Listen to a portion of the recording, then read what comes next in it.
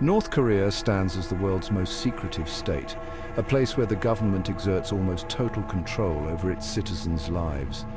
From the moment they are born, North Koreans are indoctrinated with the ideology of Juche, a self-reliance philosophy that emphasizes absolute loyalty to the Kim dynasty. This control permeates every aspect of existence, shaping education, employment, and even personal relationships. The Democratic People's Republic of Korea, as it is officially called, is largely closed off from the outside world. Foreign travel is strictly limited, and contact with outsiders is heavily monitored. This isolation, carefully maintained by the ruling Workers' Party of Korea, has created an environment where information is tightly controlled and dissent is met with swift and brutal consequences. The capital city, Pyongyang, often showcased in official propaganda, presents a facade of order and prosperity. However, this carefully curated image masks the harsh realities faced by the majority of North Koreans living outside the capital.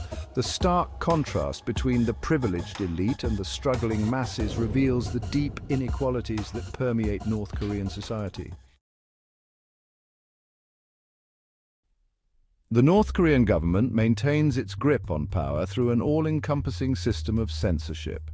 Access to outside information is strictly prohibited. Foreign media, including television, radio, and the internet, are blocked or heavily censored. The only news permitted is state-sanctioned propaganda, broadcast through tightly controlled channels. Citizens are allowed access only to the country's internal intranet, a closed network that serves up government-approved content. This digital barrier effectively cuts off North Koreans from the vast world of information available beyond their borders. Possession of illegal radios or DVDs can lead to severe punishment, including imprisonment in labor camps. This relentless information control ensures that citizens are exposed only to the narrative approved by the regime. It prevents the free flow of ideas and critical thinking, effectively isolating North Koreans from the outside world and reinforcing the state's version of reality. This manipulation of information is central to the regime's ability to maintain its power and control over the population. One of the most insidious tools of control employed by the North Korean government is the Songbun system, a caste system that determines an individual's social standing and opportunities in life.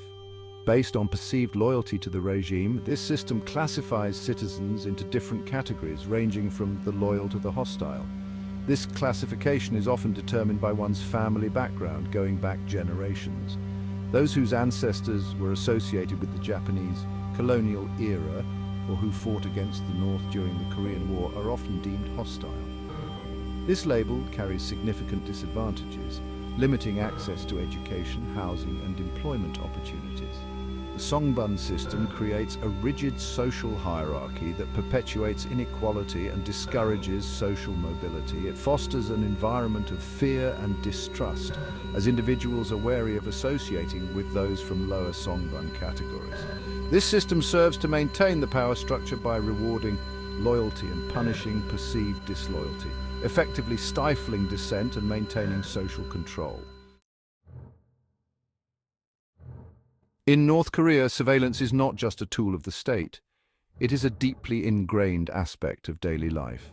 The infamous inminban, or neighborhood watch groups, play a crucial role in monitoring the activities and speech of citizens. These groups, typically consisting of around 20 to 40 households, are tasked with reporting any suspicious behavior or criticism of the government.